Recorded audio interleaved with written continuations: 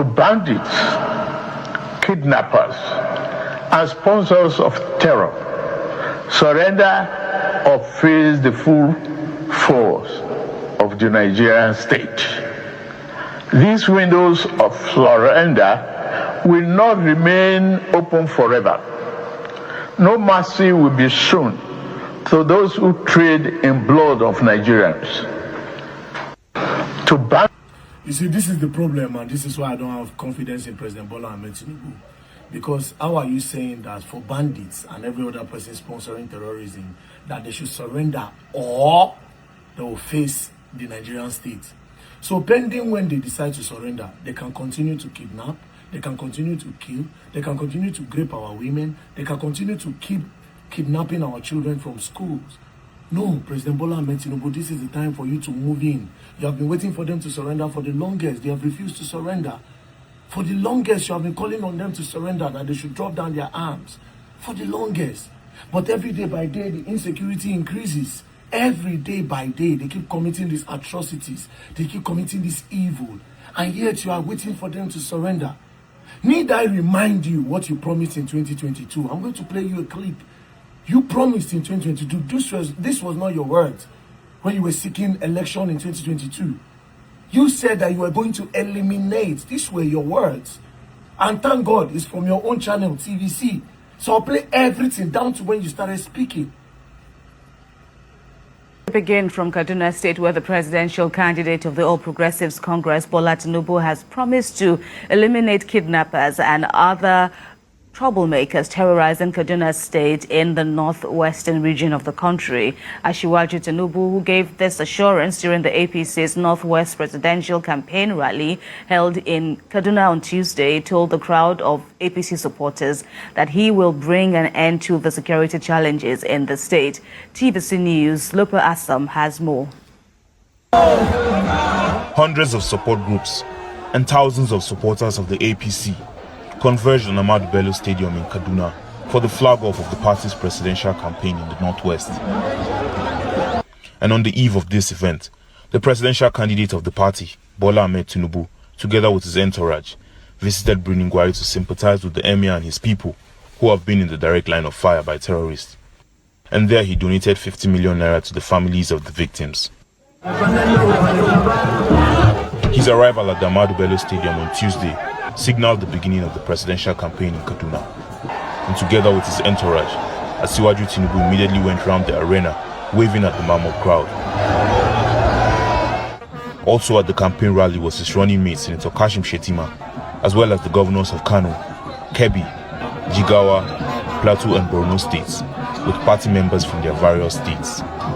And while addressing the crowd, Bola Tinubu assured them of his commitment to create jobs for the youths, improve agriculture, and bring socio-economic developments if voted into power. The region has been the most hit by terrorists in recent times, and Bola Tinubu promises to effectively tackle those troubling the region when elected president. All those troublemakers, violent kidnappers, killers, all troublemakers of Kaduna, I assure you, we will eliminate them. El-Rufai has done a good job. Go around Kaduna, you see how organized, how clean, and he has moved the internally generated revenue up. The host governor, Nasir El-Rufai, is pleased with the overwhelming support shown to Asiwaju, and is also convinced that the party will emerge victorious in the zone because of its numerical strength. What we have seen here, we are satisfied. Northwest has done well, Kaduna has done well. We've set a new standard. And I'm very grateful to all of you. Several Northerners have voiced their appreciation of Bola Tinubu for the support which they say he has given to the North since. So when are you going to start eliminating them? You said you would eliminate them. Now, this one you said in Kaduna, you also repeated this thing in Abuja. You also repeated it in Lagos. So at what point do you start eliminating them? Because while you are waiting and you are giving them time, that they don't surrender, that you are going to, no. Before yesterday, a principal in Kogi State was killed. Now, for that principle, we have said it that public schools do not go to school again until the government figure out a way to end insecurity. Until this insecurity comes to a stop. Public schools are no longer safe. Now you don't go now, they don't unalive you, which is quite unfortunate. Nobody deserves that. Children see they side bush, you still get mind, they go open school. For what? School children, school teachers, the day side bush, you are still opening school. For what? Nigerians are still going by their day as if nothing they happen. For what? And you want Nigeria to be great? This same thing you people did in 2014 when they carried Chibok girls. Everybody moved on. Everybody moved on till tomorrow. Those girls are still in the bush. That thing went further to give Boko Haram the audacity to continue these atrocities. That's why in this one we should not move on. There's little one person can do. How many shout and won't shout? That's why they call on all Nigerians. I say this particular one, we should not move on until they bring back those children and those teachers. And as for President Bola Ahmed Tinubu, for how long are you expected to wait for them to surrender? And if they don't surrender, when are you expected to move into the bushes? Because you did not give them an ultimatum. You did not even say, okay, I'm giving you people 3 days to surrender. If you don't surrender, we are moving in hard. And we are going to bring you people down. We are going to do this, do this. No, there's no threat. You look like you are sympathizing. You are begging them like you are so scared of them or something. You are the commander-in-chief of the armed forces, for crying out loud. Jesus Christ. Muhammad. So after listening to President Tinubu's Democracy Day broadcast, all I can say is that the president has dropped solution to the insecurity, to most of the things we are complaining about. And I will want you to listen to one of the warnings he gave to the bandits. Just listen, pay attention. Kidnappers and sponsors of terror. And sponsors of terror. Surrender now. Or face the full force of the Nigerian state. Okay. These windows of surrender will not remain open forever.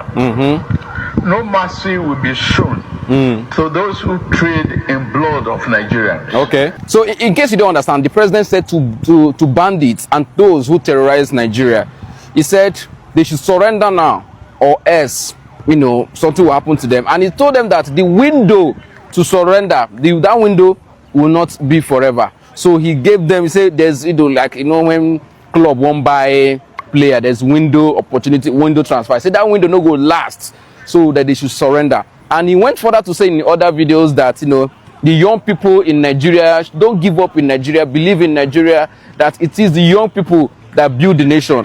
What I want to say in that one is that if you want the young people to participate or to believe in Nigeria, the young people cannot even get into politics. We cannot even buy nomination form. We cannot even, the young people said, the leaders of tomorrow that you're talking about, the leaders of today are not even protecting them or taking care of them or even allowing them to breathe. And secondly, the president went further to say that you can criticize him, you can condemn him, you can do everything, but don't stop believing in Nigeria. So now the president has given the terrorists a warning.